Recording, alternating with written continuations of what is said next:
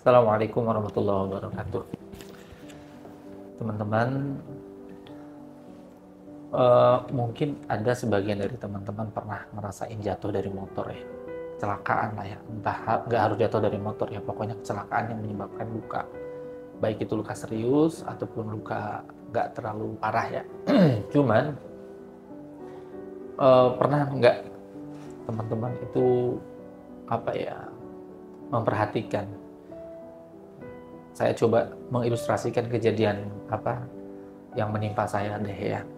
Saya dulu pernah beberapa kali kecelakaan motor, dan ketika jatuh pada saat itu, eh, apa ketika jatuh itu saya dalam kondisi masih sadar ya, masih sadar, tapi saya tahu bahwa saya luka. Tapi pada saat itu saya merasa masih kuat gitu fisik saya. Saya langsung berdiri walaupun berdarah ya. Kemudian ya pokoknya di hari itu saya merasa seperti masih kuat lah. Namun ketika saya sampai rumah, kemudian ada perawatan, dikasih obat, esoknya itu makin kerasa sakit. Teman-teman mungkin merasakan hal itu. Jadi ketika hari pertama itu jatuh, itu sepertinya kita masih bisa lah ya. Seperti nggak kerasa gitu ya, sakitnya itu. Tapi setelah tidur dimalamkan, jadi besoknya itu kita ngerasa lebih sakit. Pegel, atau misalnya kok lehernya sakit, persendiannya pada sakit gitu ya. Dan itu semakin sakit itu sampai akhirnya menjelang kita sampai ke menuju sembuh ya. Artinya ketika pertama kali jatuh itu kita seolah-olah masih bisa menahan dan nggak terlalu sakit, karena memang sakit yang tidak direncanakan, namanya kecelakaan kan sifatnya spontan. Masih bisa ngerasa, masih bisa berdiri, masih bisa bawa motor. Tapi ketika sudah dirawat, diinapkan satu malam, besoknya itu baru terasa seluruh badan itu sakit. Seperti itu kurang lebih ya gambarannya. Sakit hari kedua malah makin sakit hari ketiga ya, kemudian diurut sakit lagi dan seterusnya sampai akhirnya proses pemulihan, menuju proses pemulihan. Sahabat, saya ingin menggambarkan kondisi saya secara khusus dan umumnya kita semua yang merasa perih ya, ketika ditinggalkan orang yang sangat kita cintai. Ini adalah hari yang ke-10 saya ditinggalkan oleh ibunda saya. Ketika hari itu saya ditinggalkan, saya seperti ya di hari H, di malam itu, di subuh itu, ketika ibunda saya menghembuskan nafas terakhir, saya seperti tabah kuat. Karena saya memiliki tanggung jawab juga untuk menguatkan yang lain seperti ayah saya, adik saya, teteh saya. Saya kuatkan mereka padahal hancur. Cuman saat itu saya merasa kuat. Sampai proses dimandikan, kemudian proses disolatkan, dan alhamdulillah saya bisa menjadi imam sholatnya. Saya kuat. Bahkan ketika orang-orang, kok kuat ya, kamu kok bisa kuat, nggak nangis gitu ketika menyolatkan ibumu. Saya kuat.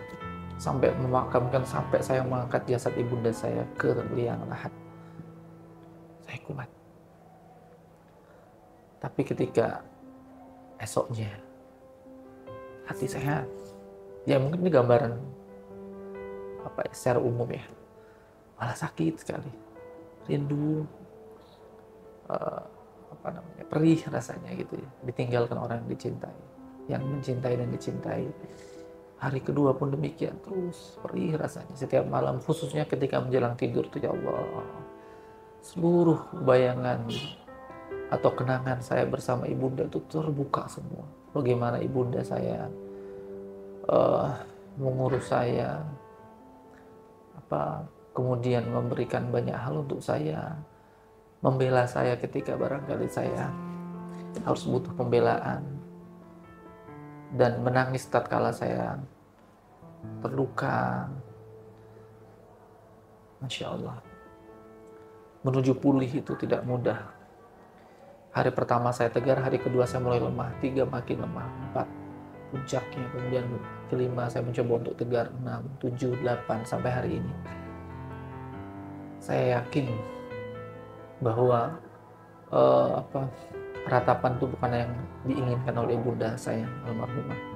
Yang diinginkan oleh ibunda saya atau mamah saya panggil beliau mamah, adalah doa-doa terbaik dari anak-anak yang soleh. Ingat sahabat, doa dari anak yang soleh. Maka solihkan diri kita. Solihkan diri kita, jadikan kita adalah orang yang taat pada Allah dan Rasulnya. Sehingga doa kita diijabah oleh Allah Subhanahu wa Ta'ala. Saya berupaya untuk mensolihkan diri saya dengan memperbanyak ibadah kepada Allah Subhanahu wa Ta'ala, semakin mendekatkan diri pada Allah Subhanahu wa Ta'ala. Saya tidak mau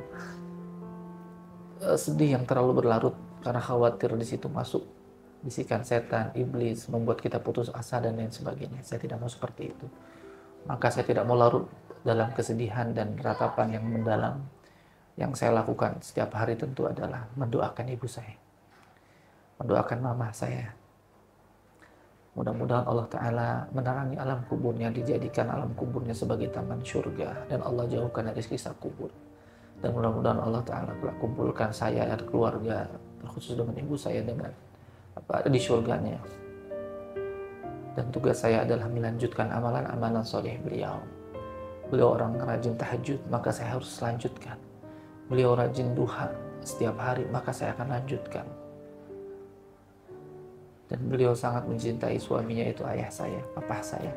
Maka saya pun harus melanjutkan untuk menjaga bapak saya, ayah saya, papa saya.